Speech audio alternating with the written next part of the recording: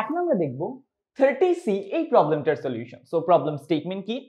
Integration of cos x dx divided by 1 plus sin x whole cube from 0 to pi by 2. Okay, so এখানে আমরা প্রথমেই আমাদের হরের দিকে তাকাই। সো হরে 1 plus sin x আছে, যেটাকে যদি ডিফারেন্সিয়েট করি আমরা পেয়ে যাব cos x। অর্থাৎ খুবই অবভিয়াস আমাদের এই 1 plus sin x টাকে z ধরতে হবে।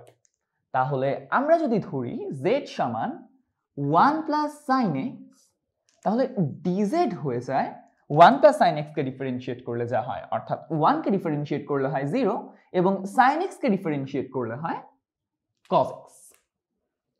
অলরাইট, এবার জাস্ট একটা কাজ বাকি, সেটা হচ্ছে লিমিট চেঞ্জ করা। ও আচ্ছা, cos x এর পর একটা dx লিখতে হবে আমাদের।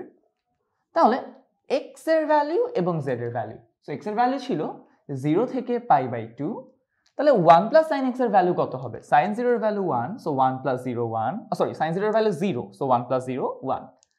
sin পাই বাই 2 এর ভ্যালু হচ্ছে 1, সো 1 প্লাস 1 হয়ে যায় 2।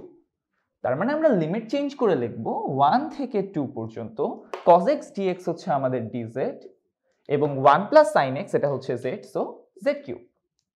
বা এটাকে আমরা লিখব ইন্টিগ্রেশন 1 থেকে 2 পর্যন্ত z to the power -3 dz। Integrate করলে কি হবে? -3 এর সাথে 1 যোগ করলে হয় -2, অর্থাৎ আমরা পেয়ে যাব z to the power -2 divided by -2। Alright, তাহলে দেখি এবার ভ্যালুগুলো বসালে কি আসে, 1 এবং 2। সো প্রথমে 2 বসাই, 2 to the power -2 divided by -2 minus, এবার 1 বসাবো, 1 to the power -2 divided by -2। তাহলে এই -2টাকে আমরা চাইলে বাইরে নিয়ে আসতে পারি। তো -2 1 বাই -2 এটা বাইরে চলে আসুক। 2 টু দ্য পাওয়ার -2 অর্থাৎ 1/4 মাইনাস 1 টু দ্য পাওয়ার -2 অর্থাৎ 1। 1 মাইনাস 1/4 সরি 1/4 মাইনাস 1, এটা ক্যালকুলেট করলে কি হবে?